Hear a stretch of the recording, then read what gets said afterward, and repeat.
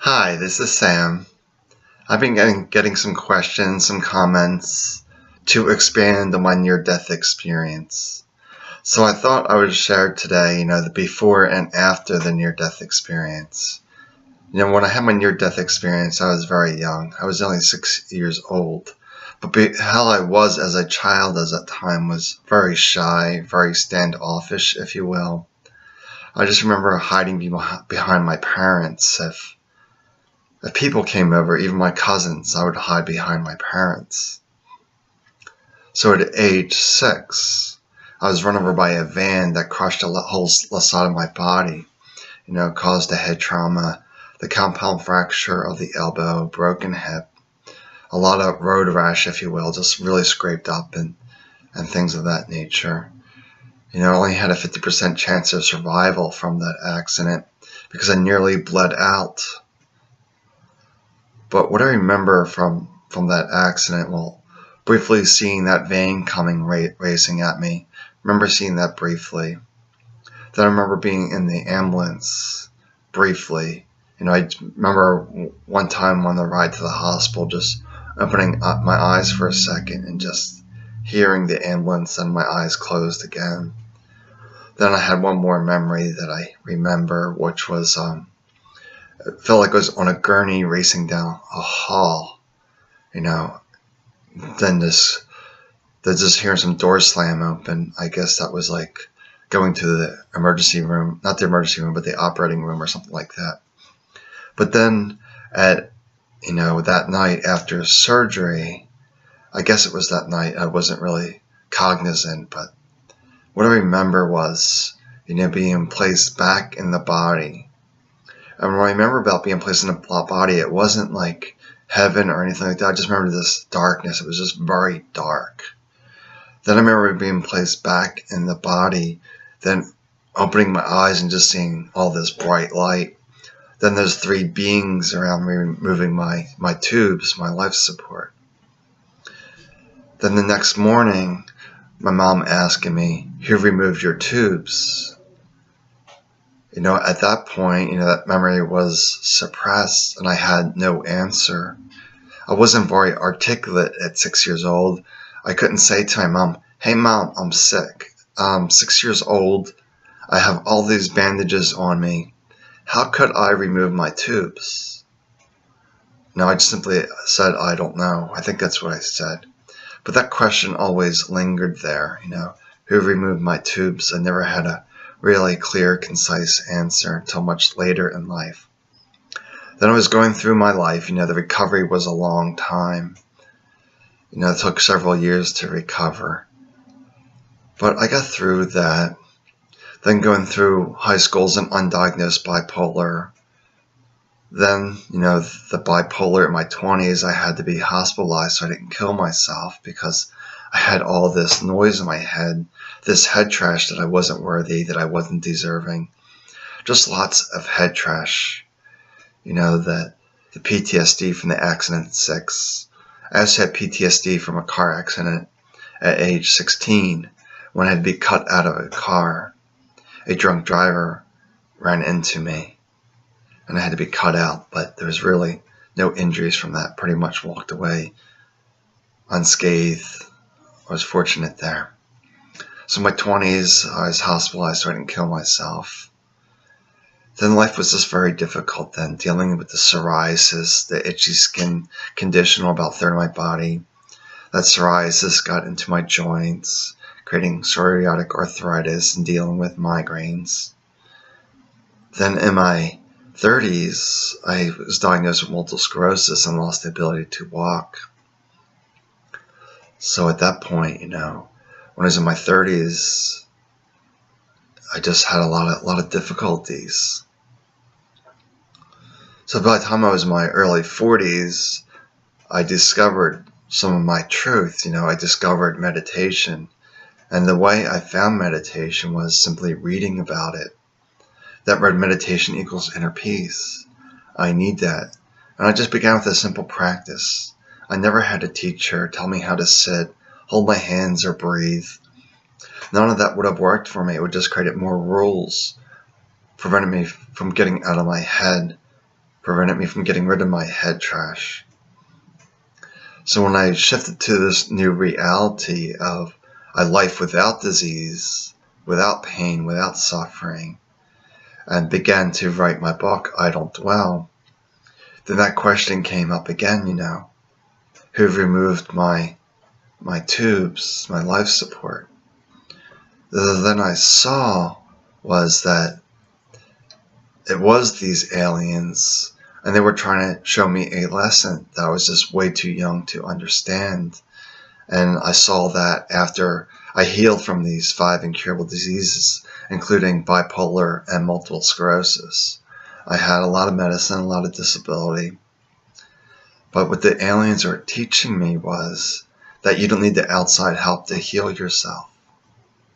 The outside world is just simply a tool and aid to you find your own inner strength, your own way forward. And we all have our own way forward, but this mind gets in the way, all this head trash that creates all these limitations. All these limitations are false. You may have some physical limitations within the body, but that's it. Usually it's the head trash, the mental garbage that's slowing you down. So what I've really learned, before and after the near-death experiences, that I went from really scared of the world to being okay in the world, that more confident, more sure of myself. And that's what I'm seeing as I go through this journey, is that I'm less reactive to the world. I realize that there's a bigger picture out there that I simply do not understand, that there's a reason behind all things. And sometimes it's very hard to accept reality as it is, because it's painful at times. We're facing a lot of darkness through life, whether it's cancer, disease, loss of a job, bankruptcy, victim of a major crime, PTSD. All these major things are the darkness of life, and we all face that darkness. But we're never taught how to let go of that darkness. We're typically thrown into the void, into the black hole, and trying to do the best that we can there. We're not given the tools to learn to let go, to throw out this head trash. And this is my purpose today, is teaching people how to let go of the head trash. Traditional meditation wouldn't have worked for me. Too many rules. And I did a lot of mindfulness practices of getting myself here back into this moment. Letting go of the storyteller. That's one of the hardest things, is to let go of that storyteller, that things have to be a certain way, that make you a victim of life and not empowered in life, moving through with your own strength, your own power, your own wisdom. I tell everyone that you live in this body, you know it the best. Others are just guessing what's best for you. And I never shared my near-death experience in my book, I Don't Dwell. I don't want people to realize that, or get into the mindset that, oh, he's special, I could never do that. No, that near-death experience was suppressed. I had to go through a lot more suffering, a lot more garbage, with the bipolar, trying to kill myself, losing the ability to walk, dealing with these really intense migraines. Over a couple of years, from I guess the mid-90s, I was in the ER about once or twice a month. I would get really 2 or 3 bad migraines a week. I was basically non-functional in part of the 90s, constantly dealing with this pain of these migraines, seeing the aura and all that stuff. But I'm human just like you're human. And ultimately it's realizing that we're just spirit in this human body, that there's something bigger out there that we cannot understand. And if it's not your experience, it's simply not your experience. I had to have my pain, my suffering to find the way out. It was my mud, my journey. And that's what I'm here to help people, is just to slow down, to relax, and just realize, even though It seems really tough, really bad right now. It's just temporary. And just trust yourself on the way moving forward. That's the hardest thing, is learning to trust yourself. Because we have so much head trash, so much garbage. And the mind loves to play the what if game. It really causes inaction that we don't know how to move forward. But if you just slow down and try to come back into this moment as much as possible. And I have some videos, some videos on that, some meditations, and I need to do more of that. I do these empowerment sessions, these empowerment groups. I have an art program coming up, how to use art to get out of the mind. I've seen so many ways to get out of the mind, whether it's watching TV, playing your favorite sport, whatever it may be, there's a way to use that to get out of the mind. It's there as your teacher. And this, what I'm noticing, I think I briefly mentioned this earlier in the video. I'm not really sure. Just in the flow of speaking to you, my friends, my family, we're all part of the human race, that we're all in this together. And when I'm noticing that I'm less emotional, I'm less caught up in the noise of the world. I'm of the world, but not in the world. And that's the one thing I really noticed after my spiritual awakening, if you will, is that the work really begins after that. Finding those little shadows that are keeping that head trash locked into place. But as you release more and more of this head trash, you're more of an observer of the world, not so caught up in it. Yeah, I still get caught up once in a while, but I have my practices, my toolkit, to take my daily mental shower. And just to reassure you that it's going to be okay. No matter the darkness you face, it will be okay. It's very hard to see, because life is just an experience. We have happy moments, and we have crappy moments, but we're alive to experience that. What can we learn from that experience? That's the whole thing. Do you see it just as an experience to learn, or is it the worst thing ever, and you become a victim of that experience? And when you're a victim, you're not tapped into your strength, that we're all part of the one, that we all came from some creator, because there's an intelligence to the universe that we can't understand, that we don't understand. These quantum particles at the 0 point bubble up and form these atoms that know how to join into molecules. And these molecules create all these objects, all these forms. Now it's quite amazing to think that all these carbon cells in my body, all the matter in my body, came from billions of years ago, from stars blowing up, creating new suns, new planets, and the universe is constantly expanding. It's just mind-boggling, that we're just part of this. We're the ones that see through the eyes, that hear the sounds, that smell the breeze. Because we have all these changing bodies through our life. The same body as a body that I had as a baby, as a 10-year-old, as a disabled 35-year-old man, is not the body I have today.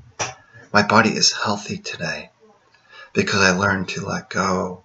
Learn to let go of the head trash, the labels, especially when you're bipolar. There's so many mental stigmas out there, that you're not worthy, that you're not deserving, that you're special in some way, and they treat you with kid gloves because you could go off on a tangent and get into this rage state. I was the odd bipolar, normal bipolar, really calm, sedate.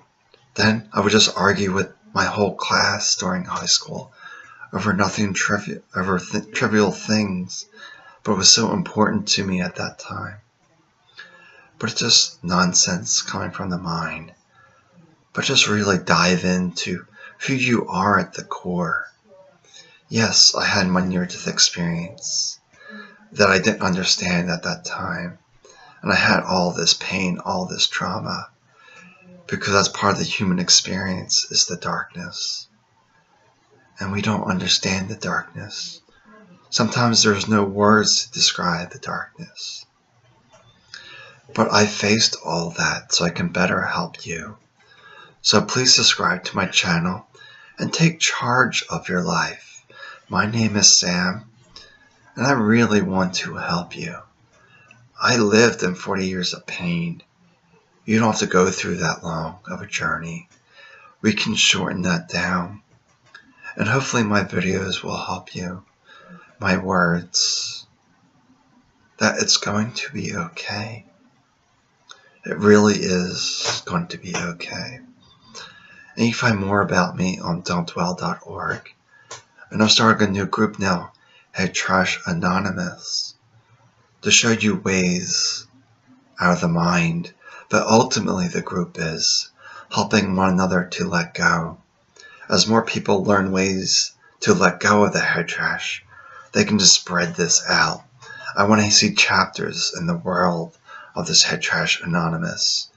When I was in my bipolar support groups, my multiple sclerosis support groups, they were terrible. It was nothing but complaining. It wasn't very productive. How do you move forward as opposed to stay stuck with the complaints? Complaining doesn't solve anything. It actually adds to the noise, the head trash. It's all about learning to slow down, to become the observer, not so wrapped up in the world. And I have faith in you. I'm a human just like you're a human. If I can do it, you can do it. And your way will be different than my way. That's the beautiful thing. That we all come from the one creator, but we're all a snowflake, if you will. That we're all unique, and not one size fits all. There's a way forward for everyone. Ways to disengage the mind, to quiet it down, so it becomes a tool and not your master that drags you around all over the place. Because that's a painful place to be. When the mind's dragging you around, making you a victim of the world, of the circumstance. It's there as a teacher. Because once you have that experience, and you learn ways to move forward regardless, losing a loved one is very difficult. But they too are part of the Creator. They would want you to survive, to build on their work. Feels like I can go for another hour, but I think that's enough for now. And I do have a lot of videos here on my YouTube channel. Even though if the near-death experience caught your interest, take the time for yourself to watch my videos, to hit subscribe, and see what I'm saying. See if it resonates with you. If it doesn't resonate, drop it, then move on to the next. The ultimate goal is to step into your own strength, your own power. Create your own destiny. Destiny is not fixed. If it was fixed, I would either be dead or in a wheelchair. That's simply not my case. I took control of my head trash. I learned to throw it away. It wasn't serving me. And I'm sure it's not serving you. So join us over at my Facebook group, Head Trash Anonymous. Or come to one of my meetings, Head Trash Anonymous. And hopefully there'll be more chapters in the world as this grows, expands. I'm just in the Philadelphia area. But I do have a partner in San Diego area. And Jamie Crystal will be starting a group out there. Know that I'll be on the East Coast, she'll be the West Coast, and we'll expand. I want to see this in all countries, all continents, for the darkness is universal. We're all facing this darkness. It's tough. Life is very challenging at times. But it's going to be okay. It's really going to be okay. Hard to see right now, but it will be okay. Okay, blessings to you. Wishing you much peace. Enjoy your day.